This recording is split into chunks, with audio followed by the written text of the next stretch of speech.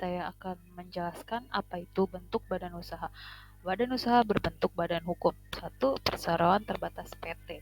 Perseroan terbatas yang selanjutnya disebut perseroan adalah badan hukum yang merupakan persekutuan modal, didirikan berdasarkan perjanjian, melakukan kegiatan usaha dengan modal dasar yang seluruhnya terbagi dalam saham dan memenuhi persyaratan yang ditetapkan dalam undang-undang serta peraturan pelaksanaannya. Yang kedua, yayasan adalah badan hukum yang terdiri dari atas kekayaan yang dipisahkan dan diperuntukkan untuk mencapai tujuan tertentu di bidang sosial, keagamaan, dan kemanusiaan yang tidak mempunyai anggota. Ketiga, koperasi. Koperasi adalah beranggotakan orang atau badan hukum koperasi dengan melandaskan kegiatannya berdasarkan prinsip koperasi sekaligus sebagai gerakan ekonomi rakyat berdasarkan atas asas kekeluargaan. Persekutuan perdata, suatu perjanjian di mana dua orang atau lebih mengingatkan diri untuk memasukkan sesuatu ke dalam persekutuan dengan maksud untuk membagi keuntungan yang terjadi karenanya. B. Para sekutu bertanggung jawab secara pribadi atas persekutuan perdata. Firma. Firma yaitu suatu perseroan yang didirikan untuk melakukan suatu usaha di bawah nama bersama. Para anggota memiliki tanggung jawab renteng terhadap firma. Persekutuan komanditer atau CV, suatu perseroan yang didirikan oleh dua orang atau lebih di mana sebagian para anggotanya memiliki tanggung jawab yang terbatas dan sebagian memiliki tanggung jawab terbatas. Selanjutnya di sini saya akan menjelaskan jenis-jenis perusahaan berdasarkan lapangan usaha. 1. Perusahaan dagang atau bisnis. Perusahaan yang kegiatan usahanya bergerak di bidang jual beli barang-barang atau komoditi pedagang, meskipun barang-barang dari produsen dan menjualnya kembali kepada konsumen tanpa merubah bentuk maupun mutu barang yang diperjualbelikan. Contohnya perusahaan pertokohan atau retail. Yang kedua, perusahaan jasa. Perusahaan yang kegiatan usahanya bergerak di bidang pemberian pelayanan kepada konsumen dengan tujuan memperoleh pendapatan berupa imbalan jasa. Contohnya perusahaan jasa transportasi, jasa keamanan, dan jasa pembukuan. Yang ketiga, perusahaan pertambangan ekstraktif. Perusahaan yang kegiatan usahanya bergerak dalam bidang penggalian atau pengambilan barang yang telah disediakan oleh alam. Contohnya perusahaan tambang minyak bumi dan gas alam.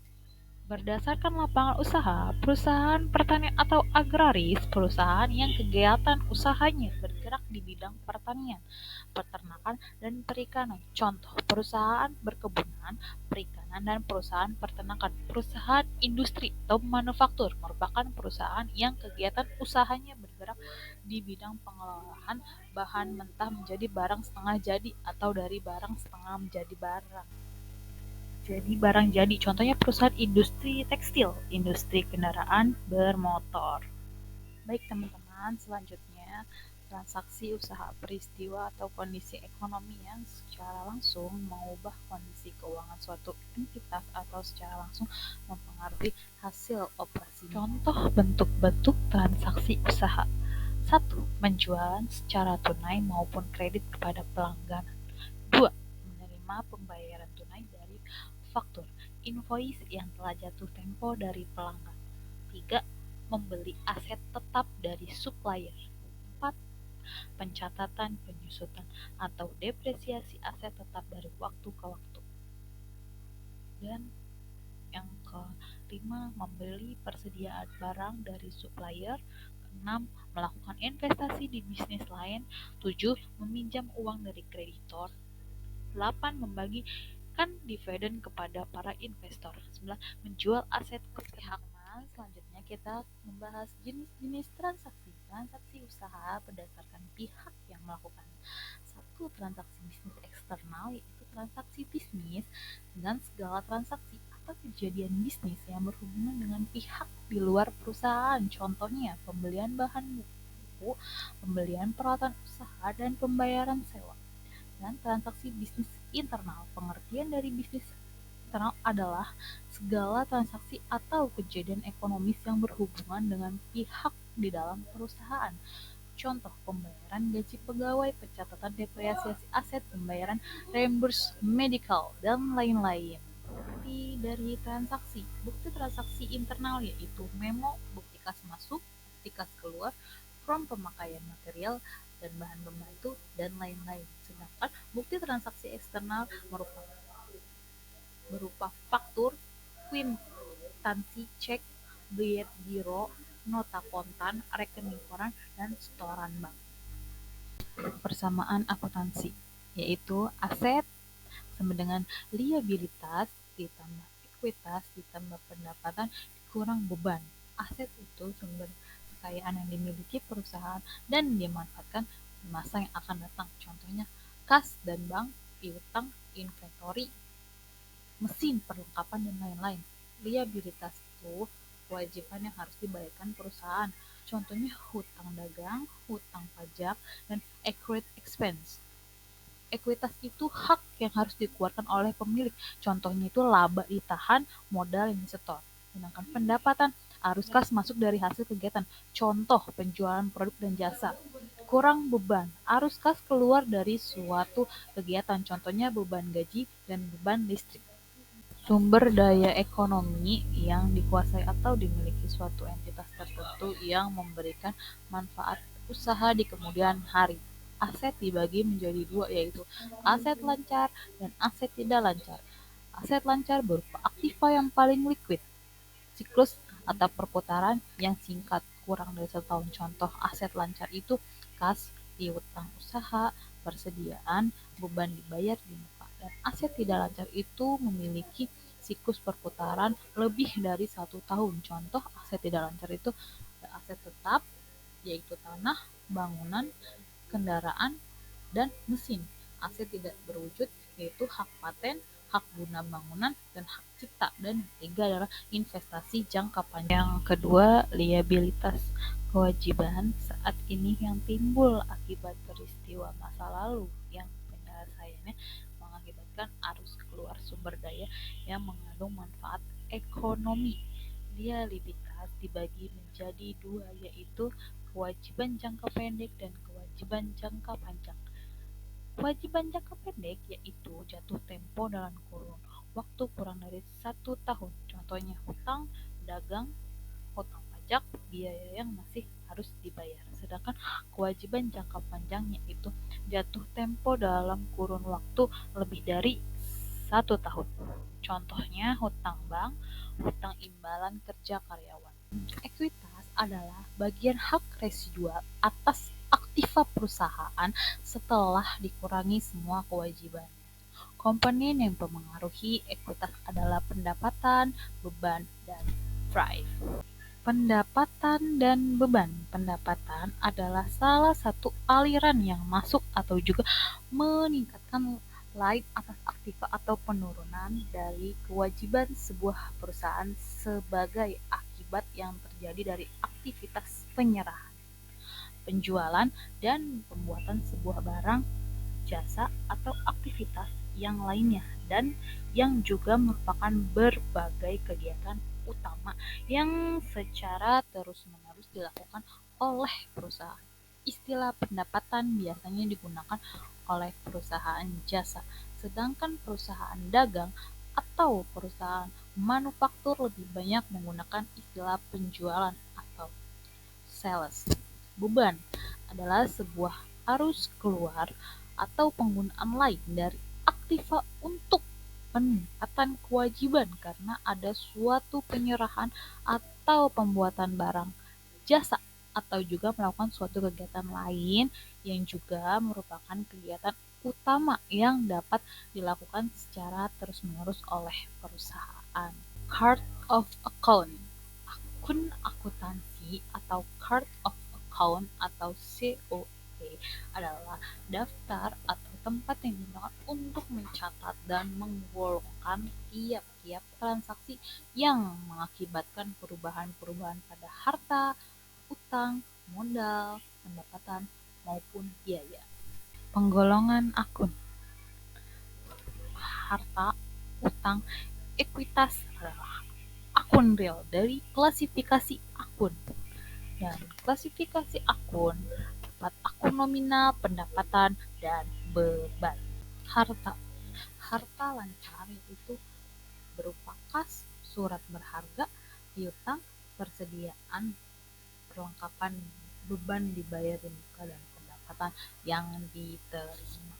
Sedangkan investasi jangka panjang yaitu penanaman modal dalam saham, penanaman modal dalam obligasi, harta tetap yaitu tanah, gedung, kendaraan, peralatan, dan perlengkapan.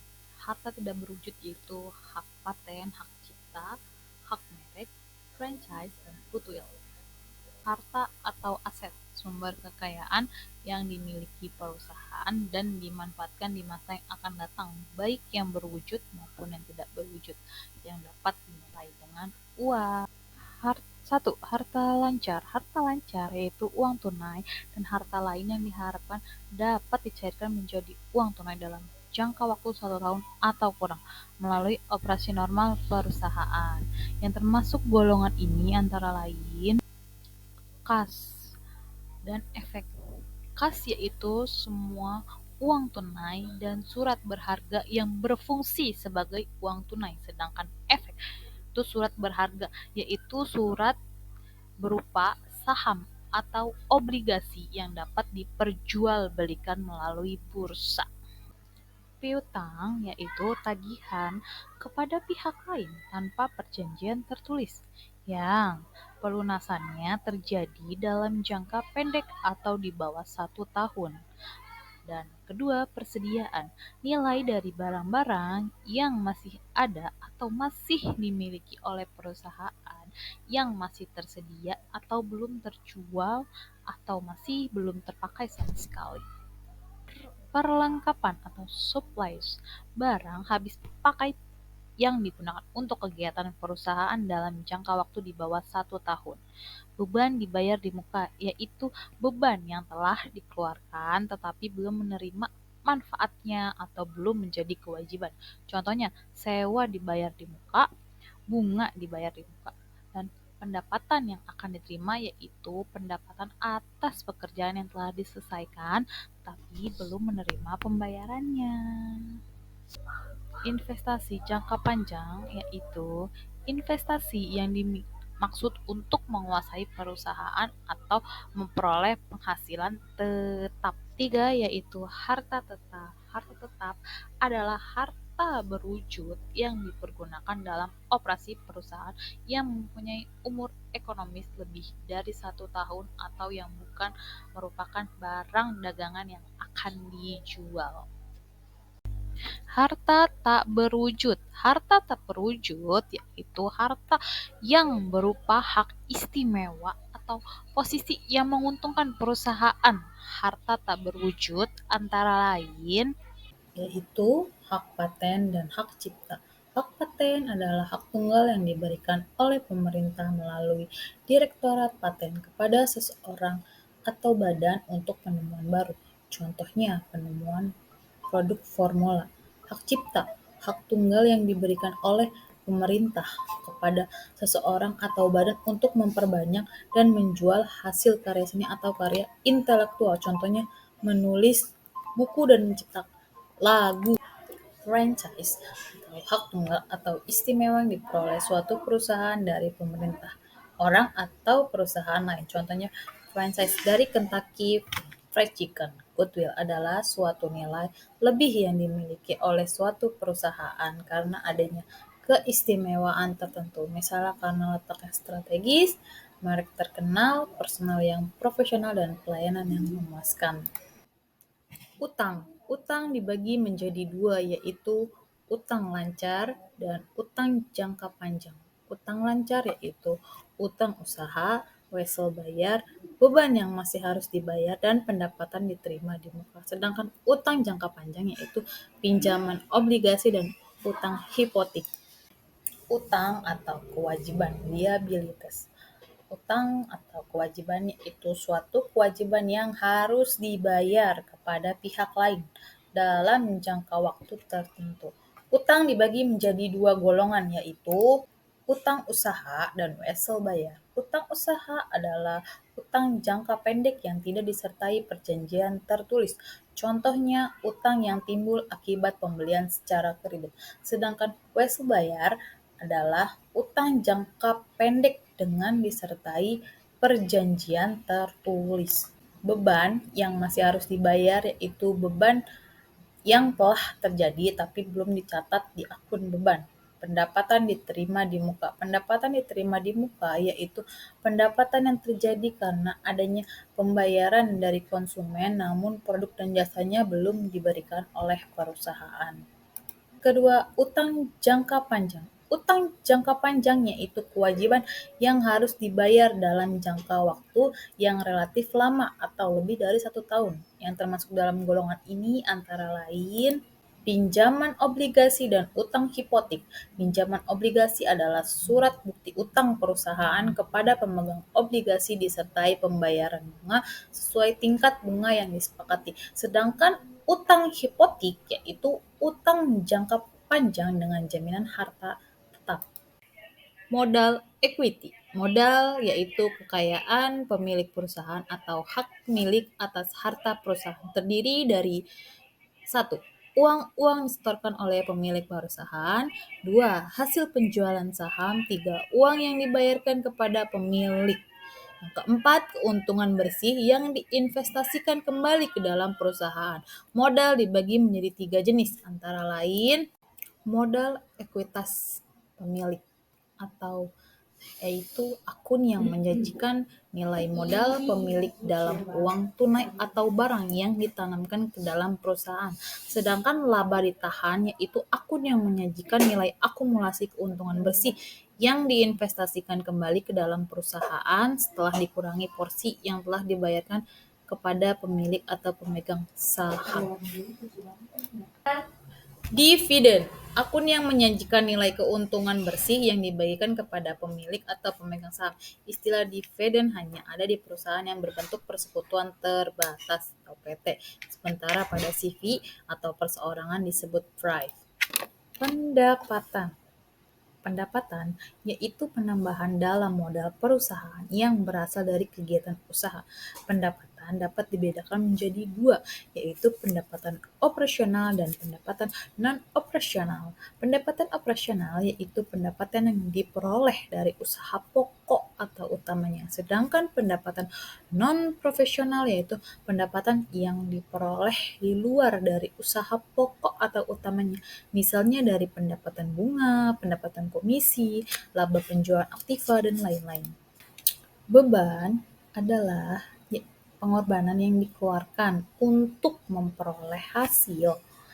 Beban dapat dibedakan menjadi 2, yaitu operasional atau beban usaha dan beban di luar usaha atau non-operasional. Beban operasional atau beban usaha yaitu beban yang dikeluarkan untuk dapat hasil dari usaha pokoknya. Misalnya beban gaji, beban listrik, telepon, dan lain-lain. Sedangkan beban di luar kode akun, suatu inisial tanda yang menggunakan angka atau huruf atau kombinasi angka dan huruf untuk kode numeral. Cara pemberian kode akun dengan menggunakan angka pada akun tersebut yang dimulai dari angka 0 sampai dengan 9. Kode nomor berurutan pada cara ini akan diberi nomor secara berurutan. Nomor yang diinginkan dapat mulai dari 1 atau 100 atau sesuai yang Anda inginkan. Nomor kode 100, nama akunnya khas. 101 itu dipakai untuk bank, 102 digunakan untuk piutang usaha, 103 persediaan, 121 digunakan untuk tanah, 122 digunakan untuk gedung, dan 201 digunakan untuk utang usaha. Kode kelompok akun yang ada dikelompokkan menjadi beberapa kelompok dan setiap kelompok dibagi menjadi golongan dan seterusnya diberi nomor kode tersendiri. Kode akun bisa terdiri atas 2, 3, atau 4 angka yang masing-masing mempunyai arti tersendiri. Misal, satu akun kas diberi kode 111 yang artinya harta, uang, dan kas. Nomor kode dan arti. Angka pertama yaitu kelompok akun, angka kedua itu golongan akun, angka ketiga sub golongan akun, dan angka keempat adalah jenis akun. Kode blok akun yang ada dikelompokkan menjadi beberapa kelompok. Tiap kelompok dibagi menjadi beberapa golongan dan tiap golongan menjadi beberapa jenis. Masing-masing kelompok, golongan, dan jenis diberi satu blok nomor kode yang berbeda. Contoh kelompok dan kode, yaitu harta 1 sampai 99, utang 200 sampai 299, modal 300 sampai 399, pendapatan 400 sampai 499, beban 500 sampai 599. Golongan harta lancar itu 100 sampai 149, harta tetap 150 sampai 199, utang lancar 200 sampai 249, utang jangka panjang 250 sampai 299. Jenis kas, kodenya 100, piutang 101, peralatan 150, kendaraan 151, utang usaha 201. Kode desimal akun diklasifikasikan menjadi kelompok atau rubrik. Tiap rubrik menjadi golongan dan tiap golongan dibagi menjadi jenis akun. Setiap rubrik, golongan, dan jenis akun diberi nomor kode mulai 0 sampai 9. Akun dibagi menjadi beberapa rubrik, misalnya rubrik 0, akun harta lancar, rubrik 1, akun harta tetap, rubrik 2, akun utang lancar, rubrik 3, akun utang jangka panjang, rubrik 4, akun modal, rubrik 5, akun pendapatan, dan rubrik 6, rubrik beban. Dan yang B, rubrik dibagi menjadi beberapa golongan, misalnya rubrik 2 sama dengan akun utang lancar, golongan 20 sama dengan utang usaha, golongan 21 sama dengan utang wesel, dan yang C, golongan dibagi menjadi beberapa jenis, misalnya golongan 20 sama dengan utang usaha, jenis 201 sama dengan utang gaji, jenis 202 sama dengan utang sewa. Kode mnemonik, pemberian kode dilakukan dengan menggunakan huruf. Contoh, jenis harta, kodenya H, harta lancar HL, harta tetap HT, utang U, utang lancar UL, modal M. Kode kombinasi huruf dan angka. Cara ini dilakukan dengan mengkombinasikan huruf dan angka untuk membentuk kode yang diinginkan. Jenis harta kode H, harta lancar sama dengan HL, kas HL01, piutang HL02, harta tetap HT, utang U, utang lancar UL, utang dagang UL01, modal M. Laporan keuangan. Pengertian laporan keuangan adalah catatan informasi keuangan suatu perusahaan pada suatu periode akuntansi yang dapat digunakan untuk menggambarkan kinerja perusahaan tersebut. Fungsinya menyediakan informasi yang menyangkut posisi keuangan, aktiva, kewajiban, dan ekuitas, menyediakan informasi mengenai kinerja serta perubahan posisi keuangan suatu perusahaan yang bermanfaat bagi pemakai informasi akuntansi dalam pengambilan keputusan. Laporan keuangan. PSAK 1. Perusahaan menerbitkan minimal 5 jenis laporan, meliputi laporan posisi keuangan atau neraca, laporan laba rugi komprehensif, laporan perubahan modal dan ekuitas, laporan arus kas, dan catatan atas kas. Laporan keuangan. Unsur-unsur laporan keuangan. 1. Laporan laba atau rugi terdiri dari akun pendapatan dan beban baik di dalam usaha dan maupun di luar usaha. 2. Laporan perubahan ekuitas terdiri dari akun modal awal, laba atau rugi yang diperoleh selama periode tertentu atau deviant price, dan modal akhir. Yang ketiga, neraca terdiri dari akun aktiva lancar dan aktiva tidak lancar, hutang jangka pendek dan hutang jangka panjang, modal pada akhir periode. Syarat penyusunan laporan keuangan. 1. Relevan, artinya setiap laporan keuangan harus sesuai dengan maksud penggunaannya sehingga bisa bermanfaat.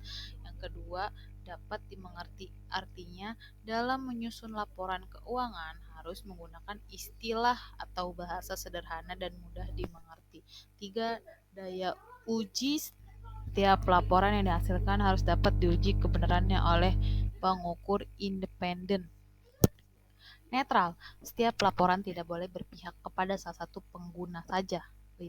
Tepat waktu, laporan keuangan harus disajikan sedini mungkin sehingga dapat dijadikan dasar pengambilan keputusan perusahaan. 6.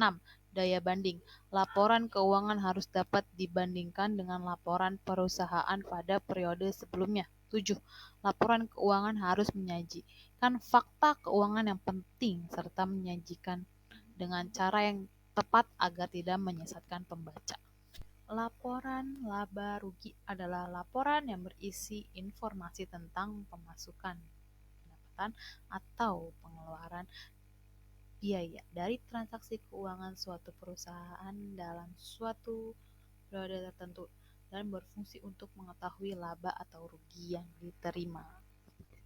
Jadi, konsep penyusunan laporan laba rugi yaitu inklusif semua pos-pos pendapatan dan keuntungan, pos-pos beban dan kerugian baik yang ordinary ataupun reguler maupun yang extraordinary dan irregular diperhitungkan dalam laporan laba rugi agar menggambarkan kemampuan perusahaan dalam memperoleh pendapatan, maka harus dipisahkan antara pos-pos ordinary dan reguler dengan pos extraordinary dan irregular. Dan yang B, current operating performance, hanya melaporkan pos-pos pendapatan dan beban ordinary dan reguler saja, sedangkan pos-pos extraordinary dan irregular dilaporkan dalam laporan perubahan ekuitas. Alasannya, karena keuntungan atau kerugian yang bersifat extraordinary tidak menggambarkan kemampuan perusahaan dalam memperoleh laba. Laporan perubahan ekuitas adalah ikhtisar tentang perubahan modal suatu perusahaan yang terjadi selama periode tertentu dan merupakan pelengkap atas penyajian laporan keuangan secara keseluruhan. Laporan perubahan modal disusun ketika adanya kenaikan modal karena perusahaan menerima laba atau pengurangan modal karena perusahaan mengalami rugi sehingga dapat mengetahui modal akhirnya. Unsur-unsur laporan perubahan ekuitas. 1. Laba tidak dibagi atau retained earnings merupakan sebagai laba atau seluruh laba yang diperoleh perusahaan. 2. Laba neto, penghasilan bersih yang diperoleh oleh perusahaan baik dari usaha pokok net operating income ataupun di luar usaha pokok perusahaan non operating income selama satu periode setelah dikurangi pajak penghasilan. 3. Dividen adalah pembagian laba kepada tiap pemegang saham berdasarkan banyaknya saham yang dimiliki. Tujuan laporan perubahan ekuitas. 1. Untuk dapat mendokumentasikan aktivitas-aktivitas transaksi pembiayaan serta investasi dan juga dana yang telah dihasilkan oleh perusahaan tersebut selama kurun waktu atau periode yang bersangkutan. 2. Laporan keuangan perubahan modal ini dibuat untuk dapat melengkapi pengungkapan perubahan dari modal kerja yang terjadi di perusahaan dalam periode akuntansi yang bersangkutan. Laporan posisi keuangan raca adalah laporan keuangan yang menunjukkan posisi dan informasi keuangan sebuah perusahaan. Dalam laporan raca terdapat informasi tentang aset, kewajiban, dan modal perusahaan secara lengkap dan rinci. Laporan arus kas adalah laporan memberikan informasi tentang aliran kas perusahaan yang masuk dan keluar, juga berfungsi sebagai indikator untuk memprediksi arus kas di periode yang akan datang. Tujuan laporan arus kas adalah memberikan informasi mengenai penerimaan dan pembayaran atau suatu satuan selama satu periode, memberikan informasi atas dasar mengenai aktivitas operasi, investasi, dan pendanaan kas dari aktivitas pendanaan. Bagian laporan arus kas. 1. Kas dari aktivitas operasional. Bagian ini terdiri atas kegiatan utama perusahaan yang secara langsung mempengaruhi kas seperti penerimaan piutang, pembayaran utang, pembayaran gaji karyawan, dan sebagainya. 2. Aktivitas investasi. Bagian ini berkaitan atas perolehan penjualan aktiva dan pembelian aktiva. 3. Kas dari aktivitas pendanaan. Bagian ini berkaitan dengan penambahan atau pengurangan modal. Catatan atas laporan keuangan merupakan ringkasan yang berisi informasi dan kebijakan akuntansi yang sifatnya signifikan atas setiap laporan keuangan, seperti laporan laba rugi yang menyajikan informasi laba dan rugi yang diperoleh perusahaan dengan catatan atas laporan keuangan yang melengkapinya. Jadi, terima kasih sudah mendengarkan tentang video pengantar akuntansi saya.